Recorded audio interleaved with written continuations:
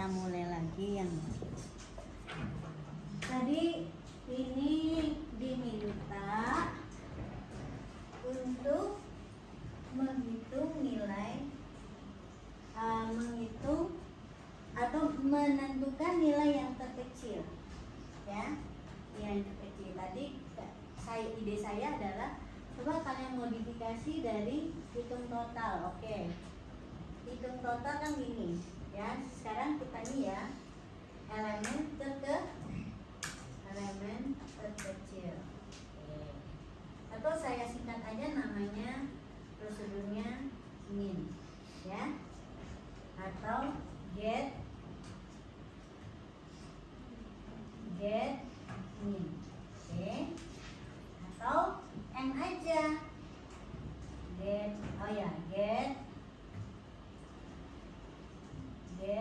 n, oke. Dimana di sini yang kita lakukan adalah meniru dari si hitung total. Hitung total tadi dia menggunakan suatu variabel t untuk menghitung atau mendapatkan nilai t sementara. Di sini kita juga menggunakan variabel m untuk mendapatkan nilai yang terkecil sementara. Nah, nilai terkecil sementara itu dapat dari mana? Apakah kita isi dengan 0 atau kita ambil dari elemen yang pertama? Bahayanya apa kalau 0? Kalau semua ini nilainya adalah minus, kalian dapatkan n-nya nanti 0 ini nanti. Nilainya sangat besar di atas 0. Dan kalian nanti akan dapatkan nilai terkecilnya tetap 0. Padahal apa? Mungkin 100. Bahaya ya. Jadi biasakan untuk mencari nilai terkecil, ambil nilai terkecilnya dari bilangan yang pertama. Ini bilangan pertamanya ada di array yang ke indeks 0. Jadi inisialisasinya n-nya diambil dari apa? A yang ke 0. Nih, itu ya. Jadi gagasan untuk mencari bilangan terkecil, ambil dari bilangan yang pertama, salah satu bilangan, ya. Oke. Berarti sekarang kita pakai for ya. For berikutnya kita mulai dari i-nya berapa? Yang berikutnya 1 aja, karena 0-nya sudah jadi yang terkecil. Masa kita bandingkan lagi 15 dengan yang ini pasti sama. Jadi kita mulai dari 1.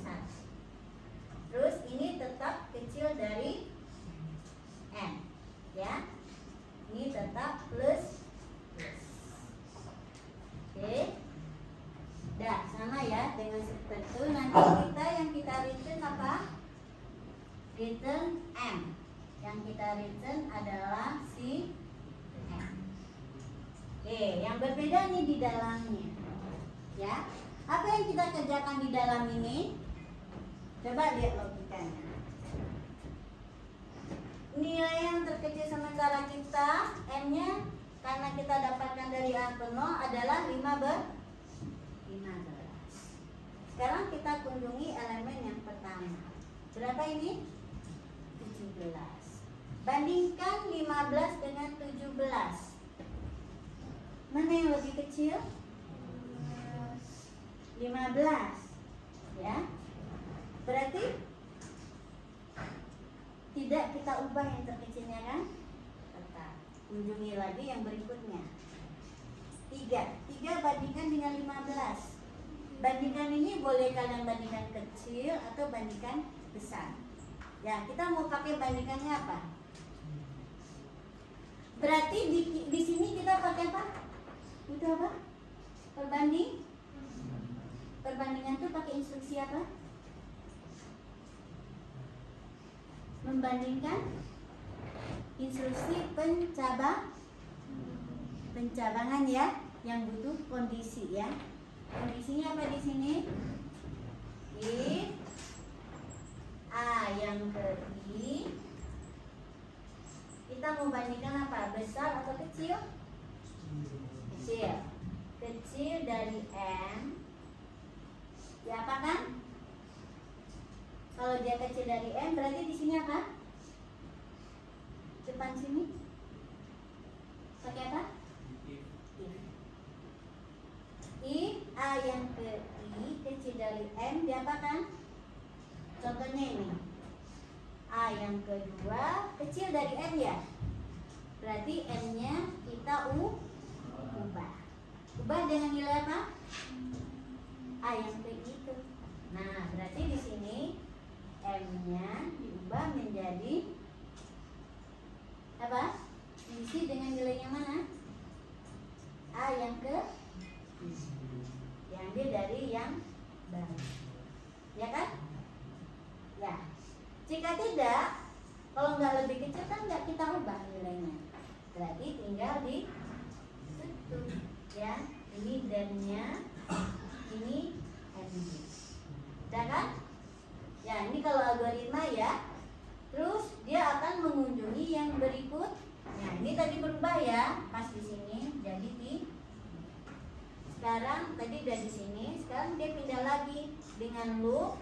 Dia kunjungi lagi yang berikutnya, yang ketiga. 100 kecil dari 3? Enggak, ini nggak berubah ya. Kunjungi lagi berikutnya. 10 kecil dari 3? Enggak. Dia cuma berubah sekali mas Rasa. Dapat nilai M-nya tetap adalah 3. Jadi yang returnnya adalah 3. Nah di sini kan masih algoritma nih. Kalau di Java sih ini nggak perlu, ini nggak perlu. Jadi tinggal if saja, ya. Oke, silakan buat ini.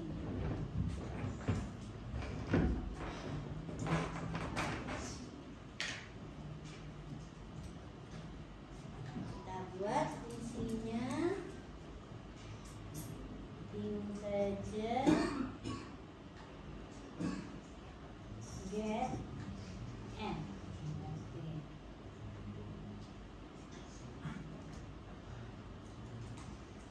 Di sini kita inisialisasi n sama dengan a yang ke 0. Ya. Lalu if a yang ke for dulu. Jadi saya copy aja nih. Copy sampai sini.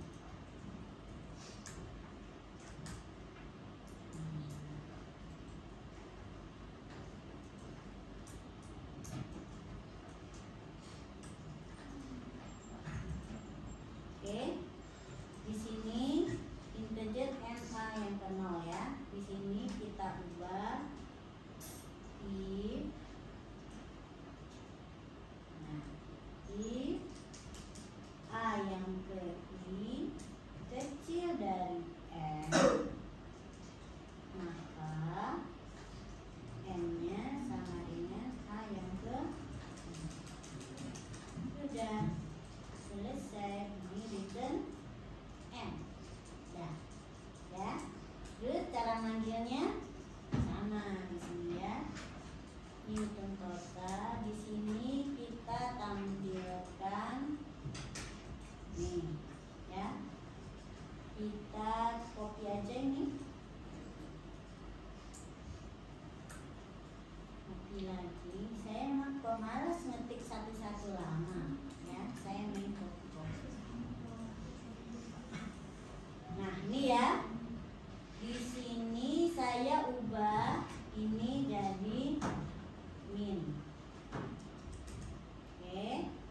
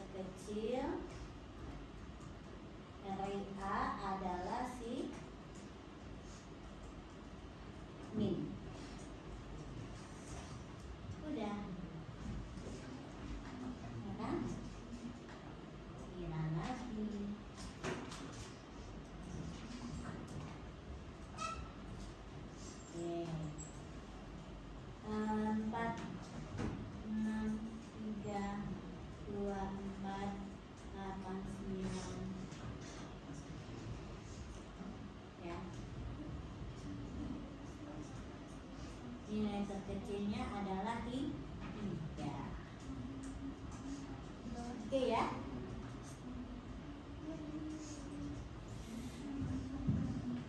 Silakan.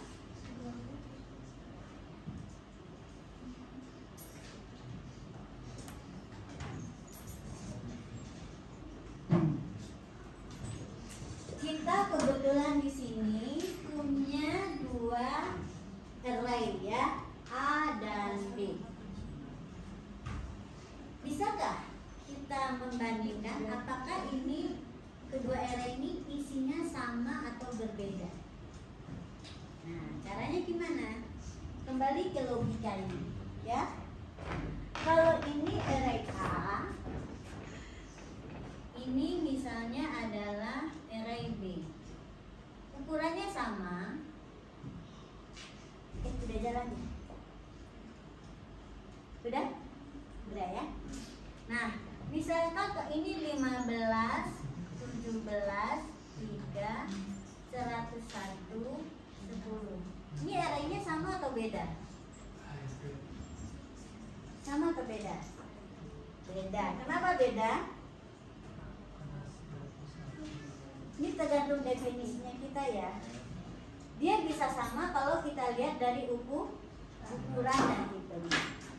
Tapi kita bisa menyatakan ini berbeda kalau dilihat dari isinya. Ya.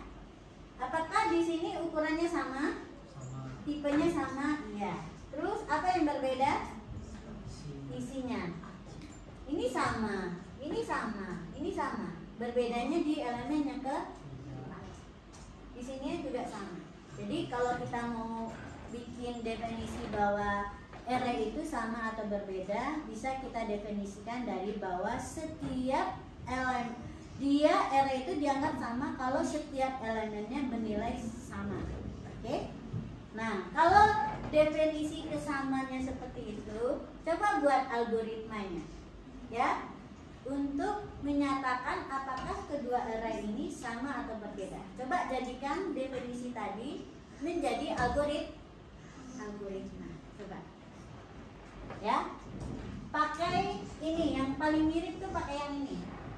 Ya, modifikasi getM ini menjadi sebuah fungsi untuk menentukan kesamaan. Ya. Saya kasih template-nya seperti ini. Saya copy aja dari sini. Oke. Copy, lalu dijadikan prosedur baru namanya apakah sama. Ya. Kemudian karena ini apakah sama itu kan nanti hasilnya pasti true atau false. Jadi tipenya boleh ya. Oke. Nah, sekarang yang kita bandingkan ini boolean ya. Boolean. Ini juga yang kita perlukan berarti sebuah variabel boolean. Kita namakan dia variabelnya S ya, sama atau tidak. Kita inisialisasi dulu mau true atau false. Boleh true aja ya, karena kita berhenti kalau dia tidak sama, ada yang tidak sama. Jadi true aja ya, logikanya lebih enak diinisialisasi dengan itu. Nah, di sini kita mulai dari 0. Oh, ini tadi saya bukan dari 0 ya. Ini harus dari baiknya dari 1. Oke. Yang ini memang dari 0. Oke. Di sini apa yang kita bandingkan? Apa yang kita bandingkan? AI kita bandingkan dengan apa? Dengan BI. Oke. Harusnya dengan BI. Biarin aja dulu. Ini logikanya kan? Nah, pembandingnya apa? Kecil atau sama? Tidak sama ya. Justru kita ingin cari yang tidak sama. Kalau tidak sama, berarti apa? Apa yang berubah? Variabel S-nya kita jadikan apa? Jadi Tadi kan dia true. Kalau dia tidak sama, kita jadikan apa? False. Oke, ya, ini yang di return adalah si. Oke, logikanya seperti ini. Cuman masalahnya ini kenapa merah? Nah, nggak ada logika variabel B. Berarti apa? Apakah si B-nya kita lewatkan sebagai parameter? Coba kita lewatkan dia sebagai parameter. Berarti si B ini apa? Array kan ya? Oke.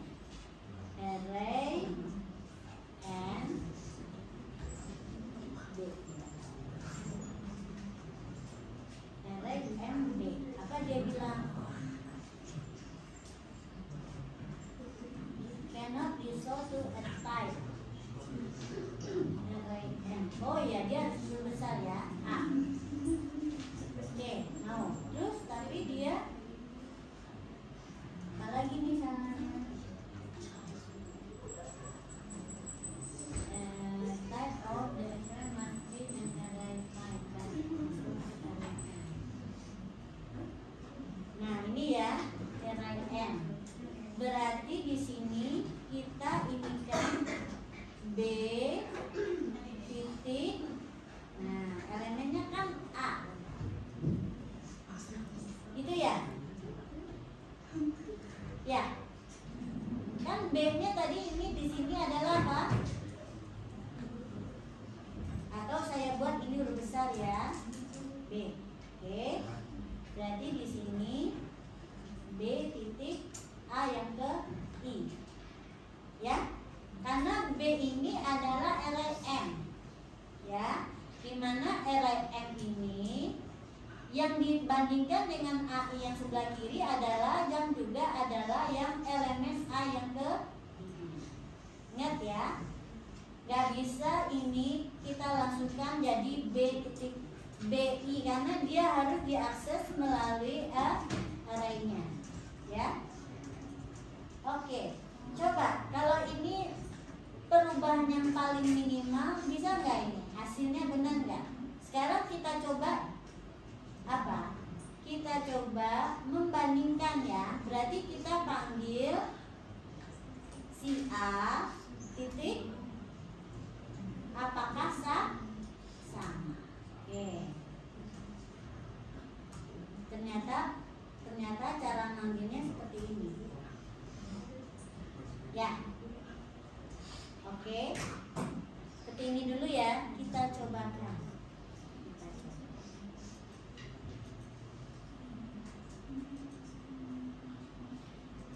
1, 2, 3, 4, 5. Oke. Sekarang yang si B saya isikan juga, tapi ada satu yang saya silapkan. Ini 4, 5, ini 5. Oh lupa, hasilnya belum ditampilkan. Harusnya A apakah sama ini, dia return value-nya tadi apa? Boleh? Bolehan, kita simpan dulu lah. Kalau ini kan belum ada pesan. Ya, berarti bolehan atau boleh juga di sini. Boleh langsung kita yang paling sederhana, kalau nggak mau disimpan-simpan, kalian bisa tampilkan apa adanya, ya. Array A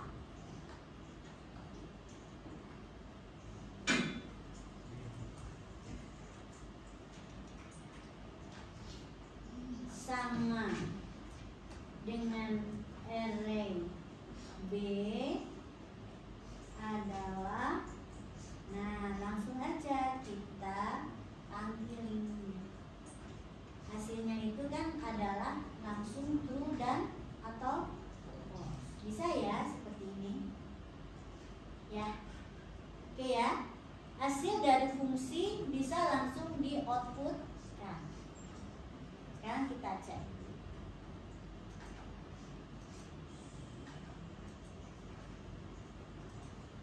1, 2, 3, 4, 5. Oke.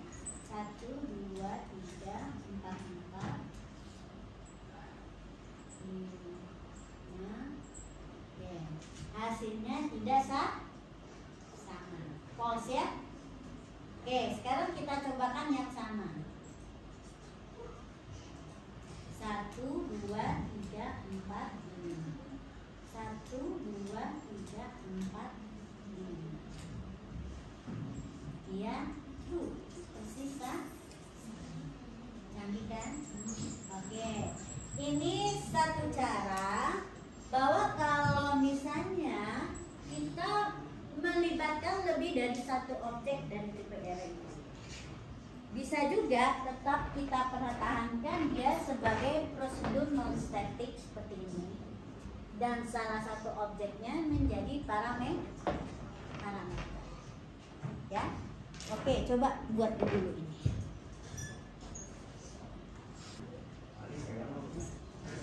Itulah kalau saya kasih-kasihkan, tapi jadi nggak terlalu besar.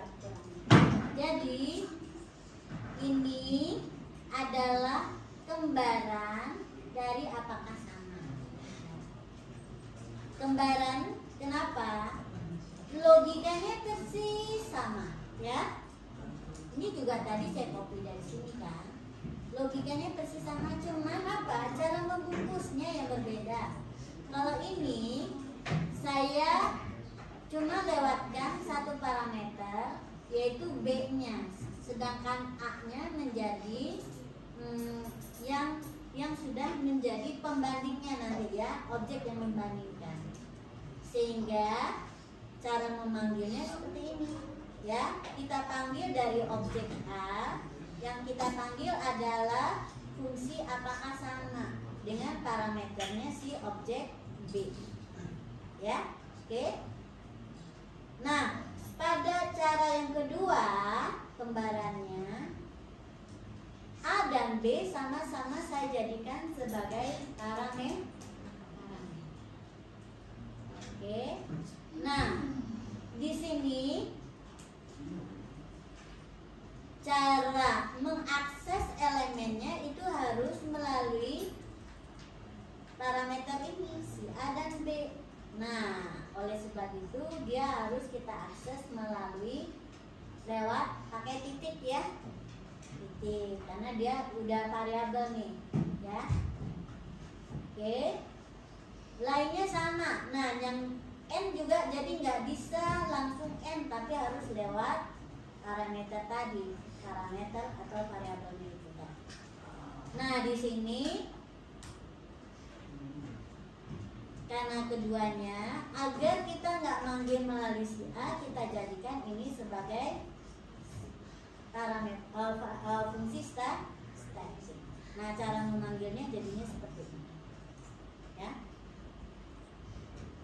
Nah, nanti prosedur static ini boleh ditaruh di luar kelas, karena dia adalah prosedur yang umum, bukan milik kelas si.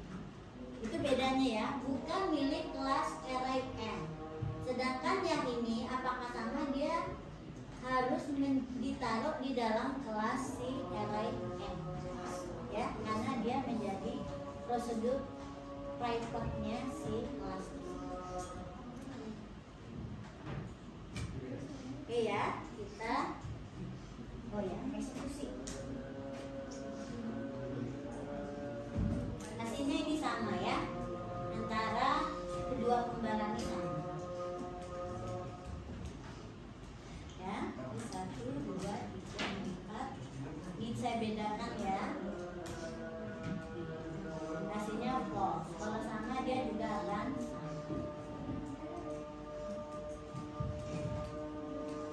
Ini sama, ini yang sama ya hasilnya.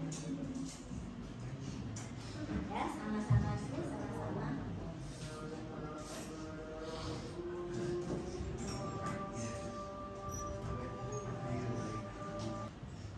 Sekarang kita udah paham ya fungsi tersebut. Sekarang kita latihan lebih dalam. Kalian buat set S aja dari sini.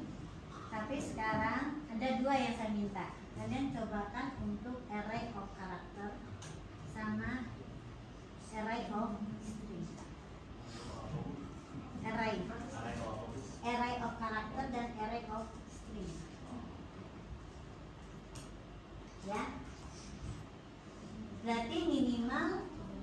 tidak punya apa? Baca dan tulis. Kalau itu rata-rata kan nggak mungkin kan? Hapus rata-ratanya. Yang masih bisa dipakai apa? Cek kesamaan, kesamaan, ya. Nilai yang terkecil juga nggak bisa ya. Biar kalian punya template ya, array dengan berbagai figur ya. Nanti saya bikin nggak lulus ya. Kan ada ya aturannya berapa? Minimal 75%. 3 kali nggak hadir ya. Tapi kita paste saja ya.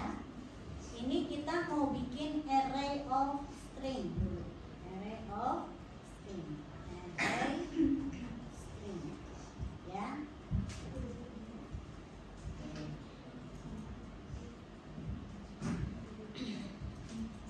Berarti apa yang kita ubah di sini? Tipe datanya ya, langsung kalian ubah di sini.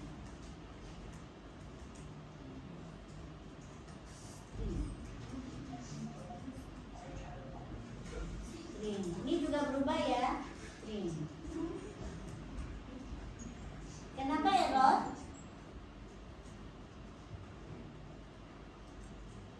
Stringnya huruf besar. Ini kalau yang nggak biasa ngoding nggak tahu. Hurufnya sebesar, ya. Oke. Terus apa lagi yang berubah? Ini kenapa merah? Karena cara baca aslinya bukan pakai next in.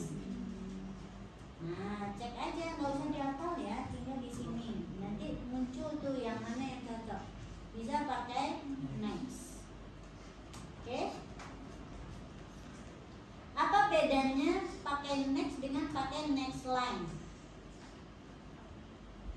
Kalau next itu batasnya yang dia baca itu adalah ketemu spasi.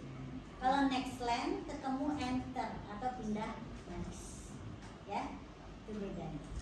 Jadi kalau misalnya kalian mau masukin nama, jangan pakai next. Karena apa? Nama kita bisa lebih dari satu kata. Ya, nanti kebaca hanya nama pertama aja. Jadi kalau kira-kira ini yang kita baca berupa kalimat, maka pakai next line. Oke, kalau mau seperti itu saya ubah aja ini pakai next line. Ya, next line. Ada next line? Nah ini ada. Ya, oke, itu ya. Terus apalagi tulis nggak berubah ya, hitung total ini kan nggak ada, jadi saya hapus nih dengan rata-rata. Oke, yang terkecil juga nggak perlu hapus. Nah sekarang adalah membandingkan. Oke, ini apakah bisa kita bandingkan seperti ini? Kita coba aja nanti ya. Karena pembandingan string itu nggak pakai if sama dengan ya. Coba kita bandingkan nanti ya. Ini yang kedua, ini kan dia nggak ada pesan error nih. Jadi ini terapis dulu ya dia. Sampai ini. Oke. Ya, kita coba run ya. Cepat kan? Kita coba run sekarang. Nih, kita masukkan Santi Susi saja duduk Didi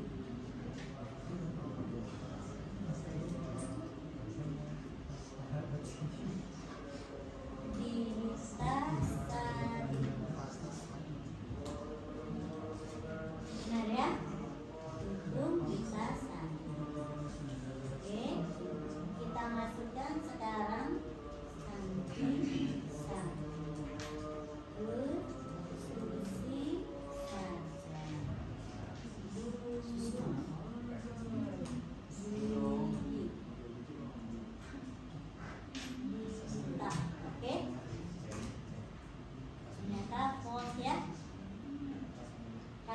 yang keempat itu pasti tidak sama.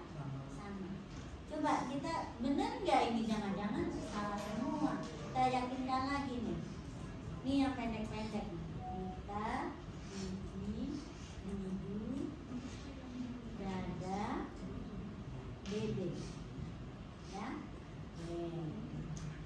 Terus yang kedua duta, gigi, duduk, dada, dede. Ternyata tuh kan false juga. Berarti apa? Nah, jadi ya. Jadi jangan sekali membandingkan, ya. Antisipasi ke semua kemungkinan. Kenapa ini juga dianggap false? Karena kita menggunakan operator pembandingan yang mungkin tidak benar, ya.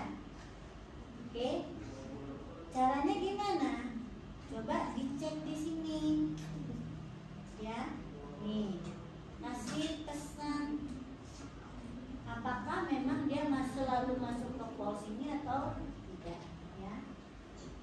Kita satu aja dulu, ini nggak usah dipanggil dulu, cek di sini aja. Terus kasih pesan, ya. Kasih pesan. Ya. Di sini kita kasih pesan.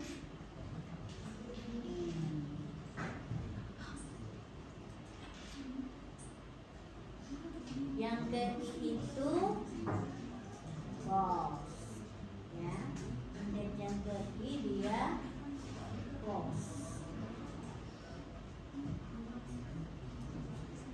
Oke. Pernah masuk atau jangan-jangan dia selalu masuk ke sini, ya. Kita coba, ya.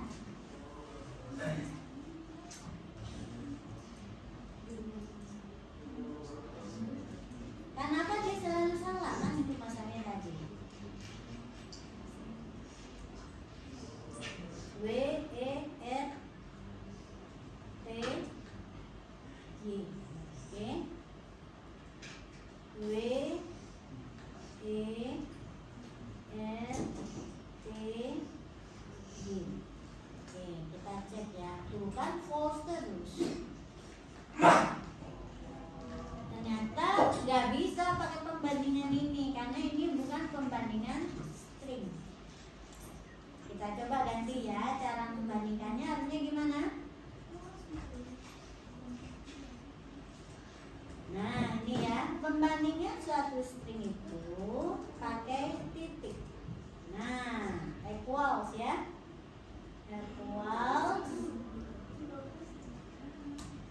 Terus dibandingkan dengan B yang ke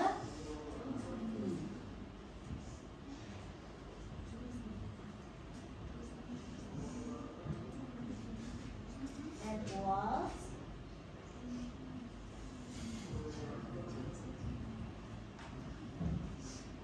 titik A. Ini kan tadi, ya. Ini equal B titik A yang ke I. Coba dengan mengubah cara pembandingannya, karena ini kita membandingkannya dia tidak sama dengan, berarti kita tambahkan not di depannya, ya. Not ini berarti tidak sah, tidak sah. Kita run.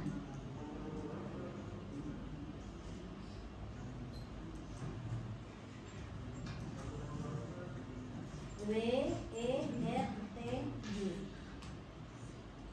W, E, R, T, J.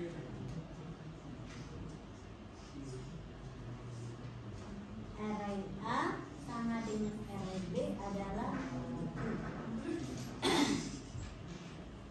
ya. Artinya ini jadi benar, ya.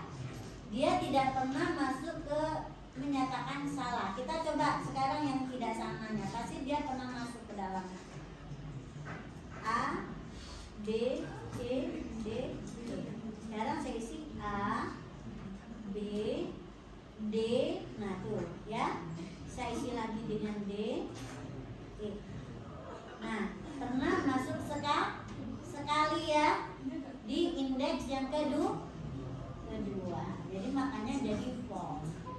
tadi penyebabnya adalah kita membandingkan ya kedua string itu dengan operator yang tidak tepat. Harusnya pakai pemanggilan fungsi pembandingan string 12. Oke. Nah, kalau begitu yang kedua juga tinggal kita kopikan ini logikanya ini. Ya, kita kopikan.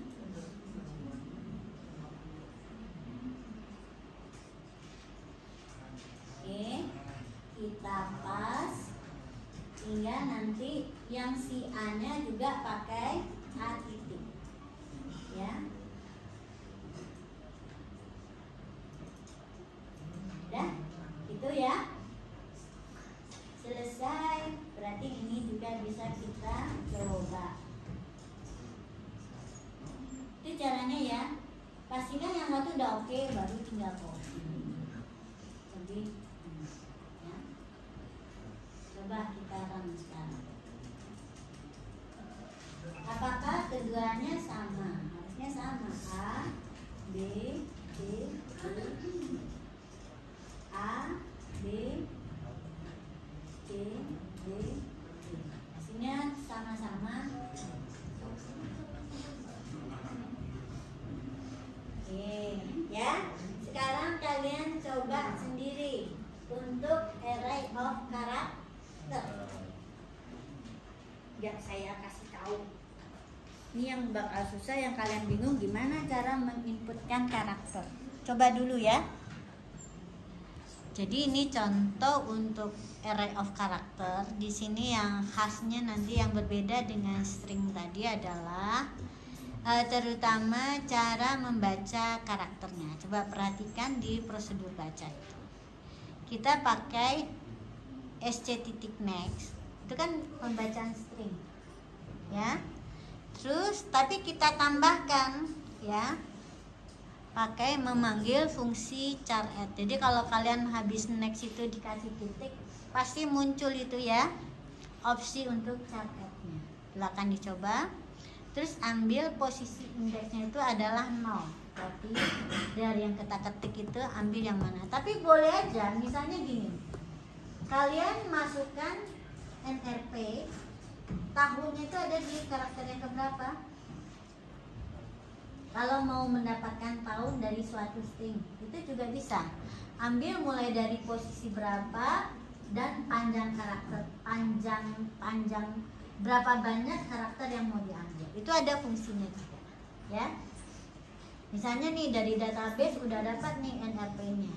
Terus mau tahu tahun masuknya dari mana? Nah, kita nggak mau input lagi tahunnya, tapi ambil dari apa yang ada di NRP. Itu bisa. Ya. Oke, pakai yang char itu. Terus yang berikutnya sama aja. Nah, nanti yang beda lagi dengan string tadi adalah cara membandingkan. Cara membandingkan karakter mirip dengan membandingkan bilangan. Ya. Yang beda cara membandingkan itu hanyalah untuk string. Ya, karena memang dia akan periksa satu-satu. Ya. Cara membandingkan string itu adalah dengan membandingkan dua buah array of character dengan menganggap dia pembanding. Jadi itu ada satu fungsi sendiri lebih dalam. Makanya kita harus manggil fungsi tadi equals ya, karena kita harus bekerja dengan membandingkan dua buah array of character. Oke, kayaknya saya juga udah capek. 2 kelas. Dan ini kalian tuh paling advance ya, capaian latihannya cukup banyak. Hari ini udah cukup sama dengan kelas yang lain. Terus saya pesan ya, untuk pekan depan kita belajar array of record. Array of record ya. Nah, saya lihatkan sebentar contoh array of record. Kayak dulu mungkin udah sempat juga kita bahas ya. Jadi saya nggak kasih latihan, cuma saya lihatkan di album waktu kita belajar AP1.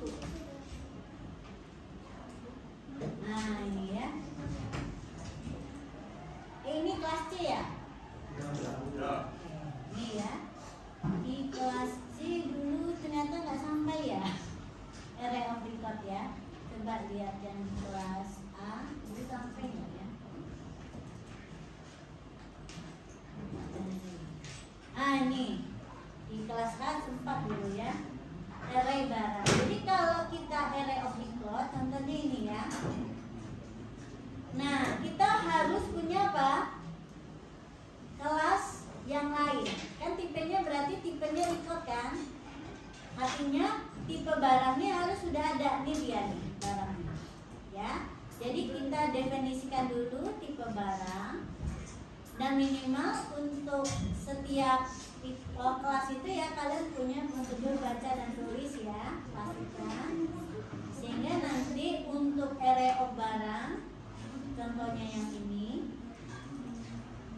kita udah punya, tinggal pakai tipenya. Lalu bagaimana dia mengenali kelas barang? Karena dia ada di paket yang sama. Dia pasti langsung diterima. Terus di sini kita gunakan dia untuk mendefinisikan tipe data. Nah, enaknya kalau udah ada prosedur membaca record barang, kita tinggal panggil di sini, nggak pakai input satu-satu lagi, gitu ya. Ini yang nanti akan saya ajarkan pada kalian pada pekan depan. Ya, terima kasih. Assalamualaikum warahmatullahi wabarakatuh. Waalaikumsalam warahmatullahi wabarakatuh.